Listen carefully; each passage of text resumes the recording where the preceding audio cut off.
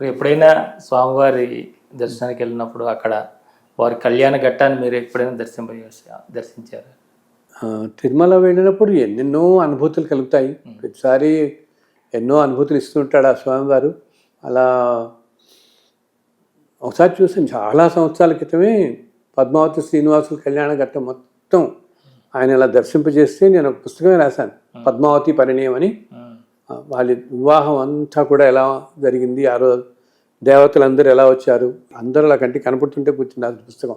చాలామంది అది కూడా చూస్తారు, పారాయణంలో చేస్తారు పద్మావతి పరిణయం.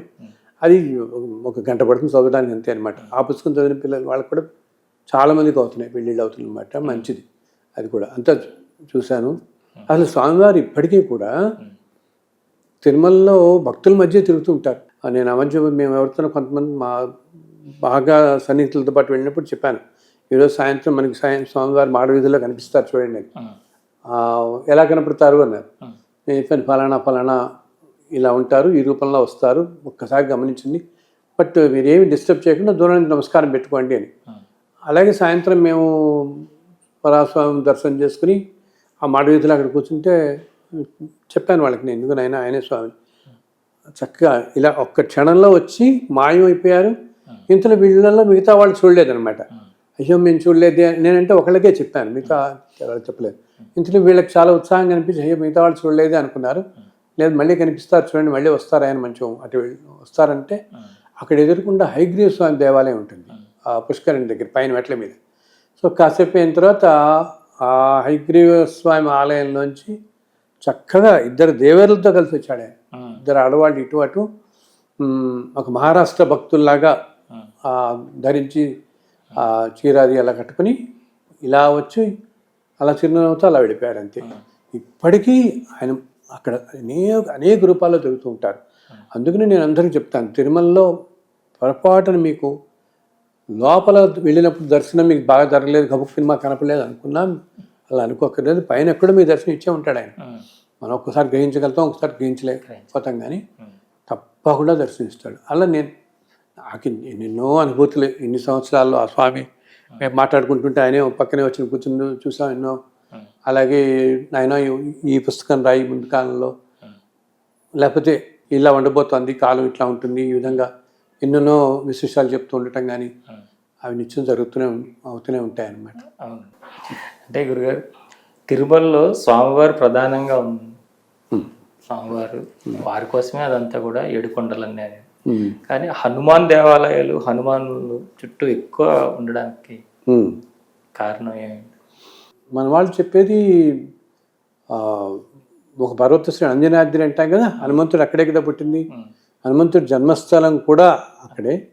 కాబట్టి చాలా చోట్ల అక్కడక్కడక్కడ మనకి 4-5 చోట్ల, ఇప్పుడు జాబాలి తీర్థం దగ్గర జాబాలి మహర్షి తపస్సు చేసుకుంటాడు, అక్కడ అంజనాదేవి తపస్సు చేసుకుంటుంది, హనుమంతుడు పుడతాడు. అదొకటి మనకి బేడి ఆంజనేయ స్వామిని గుడి ఎదురుకుండా చూస్తాం. అలాగే మన వేద పాఠశాలకు వెళ్ళే దారిలో అక్కడ కూడా ఆంజనేయ స్వామి గుడి, అభయ ఆంజనేయ స్వామి గుడి అక్కడ కూడా మనకి కనిపిస్తుంది అనమాట. చాలా ఇప్పటికైతే అది ఎంతో పవిత్రమైన ప్లేస్. నేను ఎప్పుడు వెళ్ళినా కాసేపు అక్కడ కూర్చొని వస్తుంటాను. ధర్మగిరికి వెళ్ళే మార్గంలో చాలా ప్రశాంతంగా ఉంటుంది. మనం ఇంతకుముందు చెప్పినట్టు కూడా ప్రోగ్రాంలు చెప్పినట్టున్నాను దీని గురించి. చాలా ప్రశాంతంగా ఉంటుంది. ఇప్పటికీ సాయంత్రం వేళల్లో హనుమంతుడు అక్కడ సంచరిస్తూనే ఉంటాడు ఇప్పటికీ. చాలా ఏంటంటే అక్కడ పెద్ద జనసంచారం ఉండదు. ఈ మధ్య తెలుస్తుంది ఆ గుడి గురించి. ఎంతో శక్తివంతమైన ప్రదేశం ఆ గుడి అనమాట. అలా మనకున్నాయి అక్కడక్కడ హనుమంతుడివి. ఇప్పటికీ కొండ మీద హనుమంతుడు సంచరిస్తూ ఉంటాడు. ఈ స్వామివారు ఎలాగో ముఖ్యంగా ఆయన సంచరించే ప్రదేశాల్లో చాపాలి తీర్థం ఒకటి, వరాహస్వామి గుడి దగ్గర ఒకటి చాలా ఇష్టం ఆయనకి అనమాట. అండ్ ఆ బేడి ఆంజనేయ స్వామి దగ్గర సాయంత్రం వేళల్లో ముఖ్యంగా ఈ అభయ ఆంజనేయ స్వామి గుడి, ధర్మగిరి వేద పాఠశాలకు వెళ్ళే దారిలో లెఫ్ట్లో ఉంటుంది చిన్న టెంపుల్. అది చాలా ప్రశాంతంగా ఉంటుంది. అంటే ఇంకా ప్రజలకు ఇంకా భక్తులకు ఇంకా తెలియట్లేదు ఎక్కువ దాని గురించి.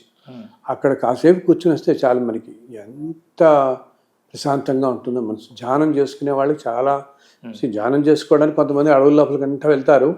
అక్కడ కూర్చుని మన ఆ మాత్రం కన్వీనియంట్ లేదనుకున్నా కూడా అక్కడ కూర్చొని ధ్యానం చేసుకోవచ్చు. నేను వెళ్ళినప్పుడల్లా వెళ్తుంటాను. చాలా సాక్షాత్తు హనుమంతులా వచ్చి కూర్చుంటాడు ఒక్కోసారి అక్కడ. చాలా పవర్ఫుల్ ప్లేస్ అన్నమాట. ధర్మగిరికి వెళ్ళే రూట్లో మధ్యలో వస్తుంది. మధ్యలో వస్తుంది, వెళ్తాయి వెహికల్స్ అవి వెళ్తాయి, చక్కగా ఉండొచ్చు, వెళ్ళి దర్శనం చేసుకుని కాసేపు కూర్చొని రావచ్చు అక్కడికి వెళ్ళి. ముఖ్యంగా ఉదయం సాయంత్రం వేళల్లో చాలా బాగుంటుంది ఆ ప్రదేశం మనకి. అంటే తిరుమల విశేషాలు మీరు చెప్తుంటే అలా వింటూనే ఉండాలనిపిస్తుంది. అవునవును, ఎందుకు చెప్పుకున్నా మనకి తనవి తీరదు అసలు. అది ఎందుకు చెప్పుకున్నా అంతటి పవిత్రమైన ప్రదేశం. సాక్షాత్తు ఆయనే వచ్చేలా మనకి ఏంటంటే, నేను చెప్తుంటే ఆయన శిలారూపంలో మనల్ని భ్రమింపజేస్తున్నాడు, కానీ సాక్షాత్తు ఆయనే ఉంచున్నాడు అక్కడ అంతే. అందునే ఆయన కొంతమందికి నవ్వుతున్నట్టు కనిపిస్తాడు, కొంతమందికి ఆశ్చర్యంగా. ఆయన ముఖారవిందంలో కూడా మనం రకరకాల భావాలను కూడా చూడగలుగుతామని చెప్తారు, అర్చకులు చెప్తుంటారు. ఒక్కొక్క టైంలో ఒక్కొక్క భావంలో కూడా కనిపిస్తుంది. సాక్షాత్తు ఆ స్వామి అలా నుంచోటంతో మనకి అన్ని భావాల్లోనూ కనిపిస్తాడు. మేము వెళ్ళినప్పుడు చూస్తుంటాను, ఒక్కోసారి ఎంతో ఆశ్చర్యంగా, ఒక్కోసారి ఏదో ఎదురు చూస్తున్నట్టుగా, అంటే ఎవరో మహానుభావుడు ఎవరో భక్తుడు వస్తున్నాడు అనమాట. సో ఆ స్వామి మొక్కల్లో కనిపిస్తూ ఉంటుంది ఆ ఆత్రం, ఆ మహానుభావుడు ఎప్పుడు వస్తాడా అన్నట్టుగా. అది కూడా మనం చూడగలుగుతాం. ఎప్పుడు వస్తాడా అని చూస్తుంటాడు ఆ రోజు ఆయన. ఎంతో సంతోషంగా ఉంటారన్నమాట. సో ఎవరో మహానుభావుడు అని భక్తుడు అంటే తెలియపోవచ్చు, జనసామాన్యాన్ని తెలియకుండా అతి సామాన్యమైన భక్తుల్లో కలిసి వచ్చేస్తూ ఉండొచ్చు. ఎంతో సంతోషపడుతుంటాడు ఆయన. సో సాక్షాత్తు విశ్వం మొత్తానికి కారణమవుతున్నటువంటి శక్తి అక్కడ కేంద్రీకరింపబడింది ఆ రూపంలో మనకి. అంటే గురుగారు ఈ మధ్యన ఆనందనందకం బుక్, నందనం అని, అంటే నేను అప్పుడప్పుడు గత 20 సంవత్సరాలుగా నాకు జరిగిన అనేక అనుభూతులన్నీ రాస్తుండేవాడిని ఈ సోషల్ మీడియాలో.